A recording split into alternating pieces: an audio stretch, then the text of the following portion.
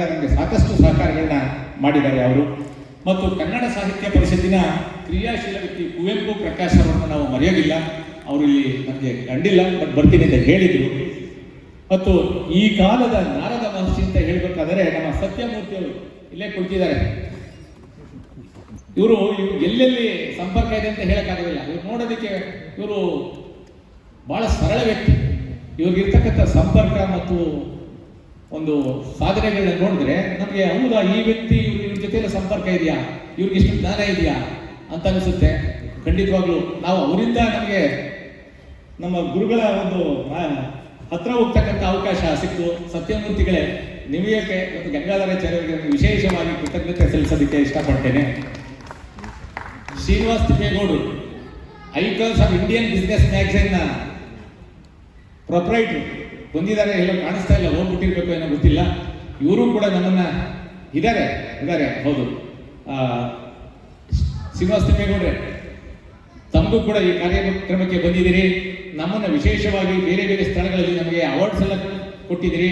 ದಂಪತಿಗಳ ಅವಾರ್ಡ್ ಕೊಟ್ಟಿದ್ದೀರಿ, Nobel man ಪ್ರಶಸ್ತಿನ ಕೊಟ್ಟಿದ್ದೀರಿ. ನಾನು ನಿಮ್ಮನ್ನು ಕೇಳಿದೆ, ನನಗೂ ನಿಮಗೂ ಪರಿಚಯ ಏನೇ ಇಲ್ಲ, ನೀವು ಯಾವ ಆಧಾರದ ಮೇಲೆ ನಮಗೆ ನೋಬಲ್ ಮ್ಯಾನ್ ಅವಾರ್ಡ್ನ ನೀವು ಕೊಟ್ರಿ ಅಂತ ಕೇಳಿದ್ದಕ್ಕೆ ನೀವು, ಸರ್ ನಾವು ನಿಮ್ಮನ್ನ ನೋಡಬೇಕಾಗಿಲ್ಲ, ನಿಮ್ಮ ಬಗ್ಗೆ ಪರೋಕ್ಷವಾಗಿ ನಮಗೆ 10 ಜನಗಳು ವಿಚಾರಗಳನ್ನ ತಿಳಿದಿದ್ದೀವಿ, ಅವರು ಹೇಳಿದ್ದಾರೆ, ಹಾಗಾಗಿ ನಾವು ಈ ವೇದಿಕೆಯಲ್ಲಿ ನಿಮ್ಮನ್ನ ಸನ್ಮಾನ ಮಾಡ್ತಾ ಇದ್ದೀವಿ ಅಂತ ಅಂದ್ಬಿಟ್ಟು ತಾವು ಹೇಳಿದ್ರಿ.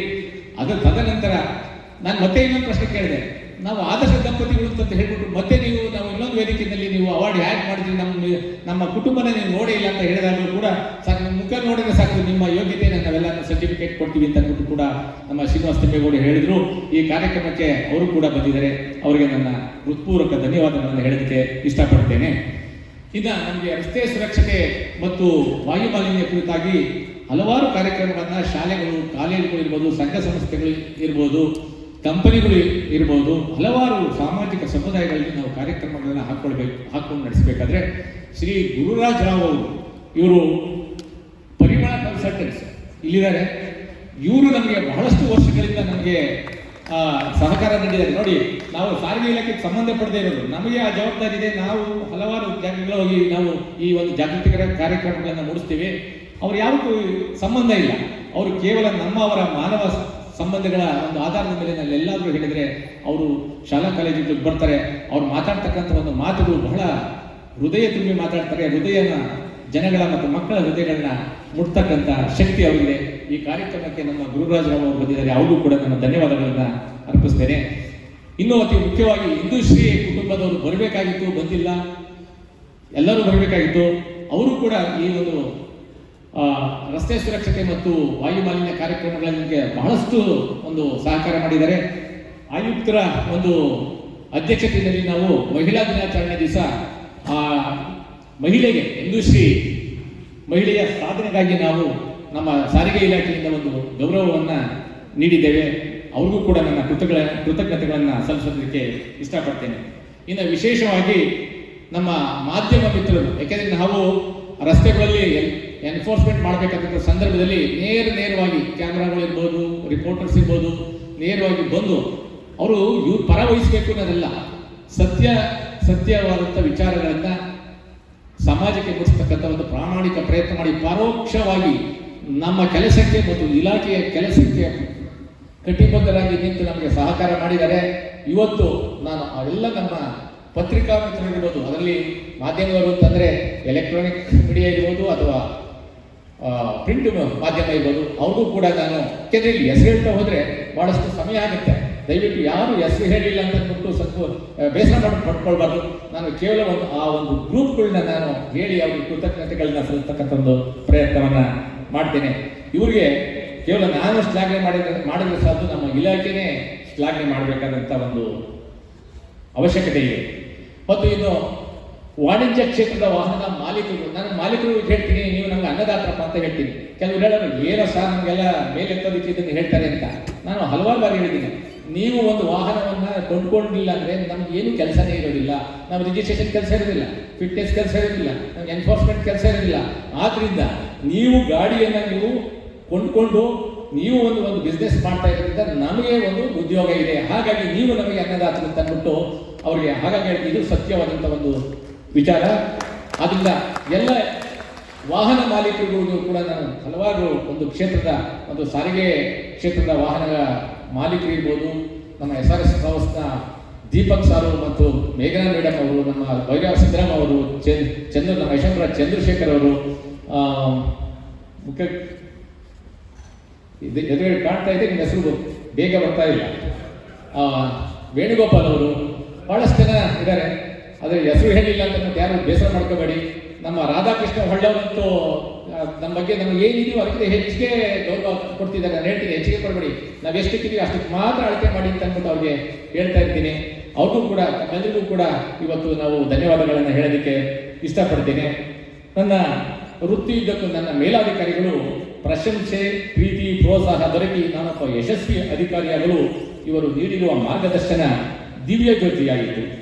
ಉಳಿದ ಸಹೋದ್ಯೋಗಿಗಳು ನೋಡಿ, ನಾನು ಹೊರಗಡೆ ಹೋದಂಥ ಸಂದರ್ಭದಲ್ಲಿ ನನ್ನ ಕಚೇರಿನಲ್ಲಿ ಬೇರೆ ಇನ್ಸ್ಪೆಕ್ಟರ್ ಇರ್ತಾ ಇದ್ರು. ಅವ್ರು ಯಾರು ನಿಮ್ಮದು ಡ್ಯೂಟಿ ಅಂತ ಹೇಳಿಬಿಟ್ಟು ಅವ್ರು ಯಾರು ಬಿಡ್ತಾ ಇರಲಿಲ್ಲ.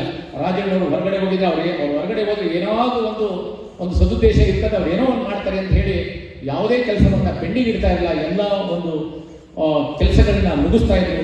ಅದರಲ್ಲಿ ನಾನು ಮುಖ್ಯವಾಗಿ ನೆನಪಿಸಿಕೊಳ್ತಕ್ಕಂಥ ನಮ್ಮ ಸುಧಾಕರು, ಸುಂದರರು, ಶ್ರೀನಾರಾಯಣ್ ಡಿ ಮತ್ತು ಮಿರಂಡ್ ಅವರನ್ನ ನಾನು ಯಾವಾಗಲೂ ನಾನು ಮರೆಯೋದಕ್ಕೆ ಆಗೋದಿಲ್ಲ. ಅವರು ತುಂಬಾ ಸಹಕಾರ. ಅದರಲ್ಲೂ ಯಶವಂತಪುರ ಕಚೇರಿನಲ್ಲಿ ಇರ್ತಕ್ಕಂಥ ಪ್ರತಿಯೊಬ್ಬ ಒಂದು ಗ್ರೂಪ್ ಡಿ ಇಂದ ಹಿಡಿದು RTO ಅವರು, ನಮ್ಮ ಬಾಲಕೃಷ್ಣ ಇದ್ದಾರೆ, ಬಾಲಕೃಷ್ಣ ಇರ್ಬೋದು, S ಮಂಜುನಾಥ್ ಅವರು, ಯಾಕೆಂದ್ರೆ ಹೆಚ್ಚಿಗೆ ನಾವು ಒಂದು ಒಡನಾಟ ಆ ಕಚೇರಿನಲ್ಲಿ ಮಾಡಿದ್ದೀವಿ. ಯಶವಂತಪುರ ಕಚೇರಿ ನನಗೆ ತಾಯಿ ಮನೆ ಇದ್ದ ಹಾಗೆ. ನನಗೆ ಇವತ್ತು ಕೂಡ ಬಹಳಷ್ಟು ಒಂಥರ ಸಂಕಟ ಆಗುತ್ತೆ. ನಾನು ಆ ಕಚೇರಿ ಬಿಟ್ಟು ಯಾಕೆ ಹೋದೆ, ಯಾಕೆಂದ್ರೆ ಹೇಳ್ತಾ ಇದ್ರು, ಇಲ್ಲೇ ಇರಿ ಸರ್, ನೀವು ತಪ್ಪು ಮಾಡ್ತಾ ಇದ್ದೀರಾ, ಇಲ್ಲೇ ಇರಿ ಕಚೇರಿನಲ್ಲಿ ಅಂತ ಹೇಳಿದ್ರು. ಆದರೆ ಯಾವುದೇ ಒಂದು ಸರ್ಕಾರಿ ನೌಕರಿಗೆ ಇಂಥದೇ ಒಂದು ಜಾಗ ಅಂತ ಯಾವುದು ಫಿಕ್ಸ್ ಮಾಡೋಕ್ಕಾಗೋದಿಲ್ಲ. ಆದರೆ ಅವರ ಅಭಿಮಾನಕ್ಕೆ ನಾನು ಬಹಳಷ್ಟು ಚಿರಋಣಿಯಾಗಿರ್ತೇನೆ. ಅವರು ನನ್ನ ಅಷ್ಟೊಂದು ಇಷ್ಟಪಡ್ತಾ ಇದ್ರು. ಆ ಒಂದು ಕಚೇರಿಯ ಎಲ್ಲ ಸಿಬ್ಬಂದಿಗಳು ನನಗೆ ತುಂಬ ಸಹಕಾರ. ನಾನು ಯಾರಾದ್ರೂ ಒಂದು ಹೇಳಿ ಸಾಕು, ನಿಮ್ಮ ಹೆಸರು ಹೇಳಿದ್ರು ನೀವು ಕೆಲಸ ಮಾಡಿಕೊಟ್ಟೆ ಅಂತ ಹೇಳೋದು. ಅಪ್ಪ ಅವರು ಬಂದಿದ್ದಲ್ಲ, ಅವ್ರದ್ದೆಲ್ಲ ವಿಚಾರ ಇದು ಒಂದು ಅರ್ಜಿ ಸಕ್ರಮವಾಗಿತ್ತೆ ಅಂತ ಹೇಳಿ, ಇಲ್ಲ ಸರ್ ಏನೋ ಸಮಸ್ಯೆ ಇತ್ತು, ನಿಮ್ಮ ಹೆಸರು ಹೇಳಿದ್ರು ಮಾಡ್ಕೊಟ್ಬಿಟ್ಟೆ ಅಂದಾಗ ನಾನು ಅವ್ರಿಗೆ ಪಾಠ ಹೇಳ್ತಾ ಇದ್ದೆ, ದಯವಿಟ್ಟು ಮಾಡಬೇಡಿ ಹಾಗೆ.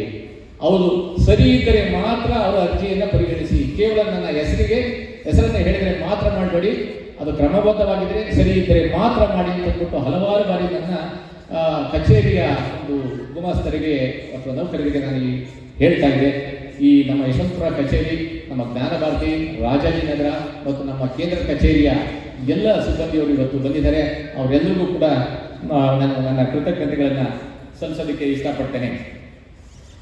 ಮಿತ್ರರೇ, ಈ ಒಂದು ಸಂದರ್ಭ ಹೇಗಿರುತ್ತೆ ಅಂದರೆ, ಹೃದಯ ಮತ್ತು ಕಣ್ಣುಗಳು ಒಂದು ಸ್ವಲ್ಪ ತೇವವಾಗ್ತಕ್ಕಂಥ ಒಂದು ಸಂದರ್ಭ. ಈ ಭಾವನೆಗಳ ಮಹಾಪೂರವೇ ಹರಿದು ಬರ್ತದೆ. ನೆನಪುಗಳು ಕೈ ಬೀಸಿ ಕರೆಯುತ್ತಿವೆ. ನೀವು ಇಂದು ನನಗೆ ತೋರಿಸುತ್ತಿರುವ ಪ್ರೀತಿ, ಅಭಿಮಾನಕ್ಕೆ ನಾನು ಚಿರಋಣಿ. ಪ್ರೀತಿ ನಮ್ಮನ್ನು ಸದಾ ಕಾಡುತ್ತದೆ. ಇಂದಿನ ಈ ಕಾರ್ಯಕ್ರಮ ನನ್ನ ಮನೋಭಿತ್ತಿಯಲ್ಲಿ ಅವಿಸ್ಮರಣೀಯವಾಗಿ ಉಳಿಯುತ್ತಿದೆ. ನೀವು ತೋರಿದ ಪ್ರೀತಿಗೆ ನಾನು ಯಾವ ರೀತಿ ಋಣಿಯಾಗಿರಬೇಕೋ ತಿಳಿಯುತ್ತಿಲ್ಲ. ಇಷ್ಟಂತೂ ನಿಜ. ನಿಮ್ಮೆಲ್ಲರಿಗೂ ದೇವರು ಆರೋಗ್ಯ ಕರುಣಿಸಲಿ. ನಿಮ್ಮ ಕುಟುಂಬ ದೇವರ ಅನುಗ್ರಹಕ್ಕೆ ಪಾತ್ರವಾಗಿ ನೆಮ್ಮದಿಯ ಬದುಕನ್ನು ಅನುಭವಿಸಲಿ ಎಂದು ನಾನು ದೈವವನ್ನು ಪ್ರಾರ್ಥಿಸುತ್ತೇನೆ. ಭೇಟಿ ಆಕಸ್ಮಿಕ, ಅಗಲಿಕೆ ಅನಿವಾರ್ಯ. ಈ ಎರಡು ಸನ್ನಿವೇಶಗಳ ಮಧ್ಯೆ ನಾವು ರೂಪಿಸಿಕೊಳ್ಳುವ ಬಾಂಧವ್ಯ ಬಹಳ ಮುಖ್ಯ. ತಾವು ಈ ಸಮಾರಂಭಕ್ಕೆ ಆಗಮಿಸಿ ತಮ್ಮ ಮಧುರ ಬಾಂಧವ್ಯಗಳನ್ನು ಅನಾವರಣಗೊಳಿಸಿರುವುದು ನನಗೆ ತುಂಬ ಸಂತಸ ತಂದಿದೆ. ನನ್ನ ಸೇವೆ ಸಾರ್ಥಕವಾಯಿತು ಎಂಬ ಭಾವನೆ ಮೂಡಿದೆ. ಈ ಕಾರ್ಯಕ್ರಮಕ್ಕೆ ನನ್ನ ಮೇಲಿನ ಅಭಿಮಾನ, ಪ್ರೀತಿ, ವಿಶ್ವಾಸದಿಂದ ನನ್ನ ಕುಟುಂಬ ಸ್ನೇಹಿತರು, ಹಿತೈಷಿಗಳು ಆದ ಶ್ರೀ KV ಶರತ್ಚಂದ್ರ ಅವರು, ಶ್ರೀ ರವಿಕಾಂತೇಗೌಡರು ಆಗಮಿಸಿ ಅಭಿನಂದಿಸಿರುವುದಕ್ಕೆ ಹೃತ್ಪೂರ್ವಕ ಧನ್ಯವಾದಗಳು. ಹಿರಿಯ ಜ್ಞಾನಿಗಳು, ಸುಸಂಸ್ಕೃತರು, ಬಹುಭಾಷಾ ಪಾಂಡಿತ್ಯರು ಹಾಗೂ ನಿವೃತ್ತ IAS ಅಧಿಕಾರಿಗಳಾದ ಶ್ರೀ CV ಗೋಪಿನಾಥ್ ಅವರು ಸಮಾರಂಭಕ್ಕೆ ಆಗಮಿಸಿ ವ್ಯಕ್ತಿ ಮತ್ತು ಸಾಮಾಜಿಕ ಮೌಲ್ಯಗಳ ಅಗತ್ಯವನ್ನು ಕುರಿತಾಗಿ ಸವಿಸ್ತಾರವಾಗಿ ತಿಳಿಯಪಡಿಸಿದ್ದಾರೆ. ಇವರಿಗೆ ನನ್ನ ಕೋಟಿನ ನಮನಗಳು. ನನ್ನಿಂದ ಯಾವ ಫಲಾಪೇಕ್ಷೆ ಇಲ್ಲದಿದ್ದರೂ ಕೇವಲ ನನ್ನ ವ್ಯಕ್ತಿತ್ವ, ನಡೆ, ನುಡಿ, ಶಿಸ್ತು, ನಿಷ್ಠಾವಂತಿಕೆಗೆ ಗೌರವ ನೀಡಿ ಶ್ರೀ ಗೋನಾಸ್ವಾಮಿ ಎಂಟರ್ಪ್ರೈಸಸ್ ಕಲಾವಿದರು ಮತ್ತು ಮಂಗಳೂರು ಕೇಂದ್ರಿತ ಹೃದಯವಾಹಿನಿ ಪತ್ರಿಕೆಯ ಸಂಪಾದಕರಾದ ಶ್ರೀ ಮಂಜುನಾಥ್ ಸಾಗರ್ ಅವರು ಈ ಅಭಿನಂದನಾ ಸಮಾರಂಭವನ್ನು ಅಚ್ಚುಕಟ್ಟಾಗಿ ನೆರವೇರಿಸಿರುತ್ತೀರಿ. ನಿಮಗೆ ಆಭಾರಿಯಾಗಿದ್ದೇನೆ. ನಿಮಗೆ ಅನಂತ ಅನಂತ ನಮಸ್ಕಾರಗಳು.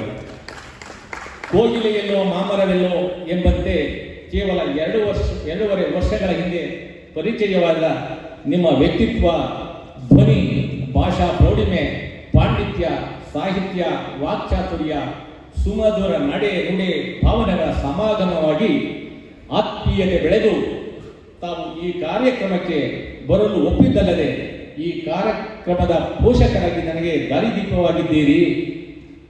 ಮಾಯಪ್ಪನವರೇ, ನಿಮಗೆ ಭಗವಂತ ಒಳ್ಳೆಯದನ್ನೇ ಮಾಡಲಿ ಎಂದು ಪ್ರಾರ್ಥಿಸುತ್ತೇನೆ. ನಾನು BE ಪದವೀಧರನಾಗಲು ಮಂಡ್ಯ PES ಕಾಲೇಜಿನಲ್ಲಿ ವ್ಯಾಸಂಗ ಮಾಡುತ್ತಿದ್ದಾಗ ನನಗೆ ಗೊತ್ತಿಲ್ಲ, ನಮ್ಮ ಅಣ್ಣ ಅವರು ಬರ ಕೇಳಿದೆ, ಬಂದಿದ್ದಾರೋ ಇಲ್ಲ ಗೊತ್ತಿಲ್ಲ, ಅವ್ರ ಬಗ್ಗೆ ನನಗೆ ಹೇಳಲೇಬೇಕಾಗುತ್ತೆ. ವ್ಯಾಸಂಗ ಮಾಡುತ್ತಿದ್ದಾಗ ನನ್ನ ಅಣ್ಣ ಶ್ರೀ H ಆಂಜನೇಯಪ್ಪನವರು ತಮಗೆ ಬರುತ್ತಿದ್ದ 500 ರು ಸ್ಟೈಫಂಡ್ ಅನ್ನು ನನಗೆ ವ್ಯಯ ಮಾಡಿ ನನ್ನ ವ್ಯಾಸಂಗಕ್ಕೆ ಪೂರ್ಣವಾಗಿ ಸಹಕಾರ ನೀಡಿರುತ್ತಾರೆ. ಅವರ ನಿಸ್ವಾರ್ಥ ಸಹಕಾರವನ್ನು ಜೀವನ ಪರ್ಯಂತ ಸ್ಮರಿಸಿದರೆ ತಪ್ಪಾಗಲಾರದು. ಅವರನ್ನು ಇಂದು ಈ ಸಮಾರಂಭಕ್ಕೆ ಆಹ್ವಾನಿಸಿರುತ್ತೇನೆ. ನಮ್ಮ ಇಬ್ಬರ ಭೇಟಿ ಅಪರೂಪದಲ್ಲಿ ಅಪರೂಪ. ಇವರೊಬ್ಬ ಶಾಂತಿಮೂರ್ತಿ. ಇವರು ಎಂದಿಗೂ ನನ್ನನ್ನು ಸಹಾಯಕ್ಕಾಗಿ ಒತ್ತಾಯಿಸಿರುವುದಿಲ್ಲ. ಈ ಸಂದರ್ಭದಲ್ಲಿ ನನ್ನ ಅಣ್ಣನಿಗೆ ಹೃತ್ಪೂರ್ವಕ ಧನ್ಯವಾದಗಳನ್ನು ಅರ್ಪಿಸುತ್ತೇನೆ. ದುಡಿಯುವ ವ್ಯಕ್ತಿ ಹೆಣ್ಣಾಗಲಿ ಗಂಡಾಗಲಿ ಕುಟುಂಬದ ಅಗತ್ಯತೆ ಮತ್ತು ಅನಿವಾರ್ಯತೆ ಇರುತ್ತದೆ. ಈ ವಿಷಯದಲ್ಲಿ ನನಗೆ ಕೇವಲ ಮಡದಿಯಾಗಿ ಅಲ್ಲ, ಸರ್ವಸ್ವವೂ ಆದ ನನ್ನ ನೆಚ್ಚಿನ ಮಡದಿ ಶ್ರೀಮತಿ ಶಾರದಾ ಸಂಪೂರ್ಣ ಸಹಕಾರ ನೀಡಿದ್ದರಿಂದ ನಾನೊಬ್ಬ ಯಶಸ್ವಿ ಅಧಿಕಾರಿಯಾಗಲು ಸಾಧ್ಯವಾಯಿತು ಎಂದು ಹೇಳಲು ಹೆಮ್ಮೆ ಪಡುತ್ತೇನೆ. ನನ್ನ ಮಕ್ಕಳೂ ಸಹ ಅಗತ್ಯಕ್ಕಿಂತ ಹೆಚ್ಚಾಗಿ ಏನನ್ನು ಇದುವರೆಗೂ ತಂದೆ ತಾಯಿಗಳನ್ನು ಕೇಳಿರುವುದಿಲ್ಲ. ಇಂತಹ ಗುಣಗಳಿಂದ ನಾನೊಬ್ಬ ಉತ್ತಮ ತಂದೆಯಾಗಿ ರೂಪುಗೊಳ್ಳಲು ಪರೋಕ್ಷವಾಗಿ ಸಹಕಾರ ನೀಡಿರುತ್ತಾರೆ. ಇಂತಹ ಮಕ್ಕಳ ತಂದೆಯಾಗಿರುವುದು ನನಗೆ ಹೆಮ್ಮೆಯೇ ಸರಿ. ಹೀಗೆ ನನ್ನ ಮನಸ್ಸಿನ ಬೀದಿಯಲ್ಲಿ ನೆನಪಿನ ದೋಣಿಗಳು ಸಾಗಿ ಬರುತ್ತಿವೆ. ಈ ನೆನಪುಗಳೇ ನನ್ನ ಮುಂದಿನ ಬದುಕಿಗೆ ಚೇತನವಾಗಲಿ ಎಂದು ಬಯಸುತ್ತೇನೆ. ವೈಯಕ್ತಿಕವಾಗಿ ನನ್ನ ಮನಸ್ಸು ಹೇಳುವುದಿಷ್ಟೇ, ಈ ಮಟ್ಟದ ಕಾರ್ಯಕ್ರಮ ಅವಶ್ಯಕತೆ ಇದೆಯೇ? ಆದರೂ ನಿಮ್ಮೆಲ್ಲರ ಅಭಿಮಾನಕ್ಕೆ ತಲೆಬಾಗುತ್ತೇನೆ. ಕೆಲವೊಮ್ಮೆ ನಮ್ಮ ದೇಹದ ಚಹರೆ ವಯಸ್ಸಾದಂತೆ ಬದಲಾಗುವುದು, ಜೀವನದಲ್ಲಿ ಅನೇಕ ಬದಲಾವಣೆಗಳು ಉಂಟಾಗಬಹುದು. ಆದರೆ ನಿಮ್ಮೆಲ್ಲರ ನೆನಪು ನನ್ನ ಹೃದಯ ಮಂಗಳ ಗದ್ದುಗೆಯಲ್ಲಿ ಚಿರಸ್ಥಾಯಿಯಾಗಿ ಉಳಿಯುವುದು. ತಾವೆಲ್ಲರೂ ಇಂದು ಸಮಾರಂಭಕ್ಕೆ ಆಗಮಿಸಿ ಅಭಿನಂದಿಸಿ ಇಷ್ಟು ಕಾಲ ನಾನು ಮಾತನಾಡಲು ಅವಕಾಶ ಕಲ್ಪಿಸುತ್ತೀರಿ. ನಿಮಗೆ ಮತ್ತೊಮ್ಮೆ ಕೋಟಿ ಕೋಟಿ ನಮಸ್ಕಾರಗಳು. ವಂದನೆ.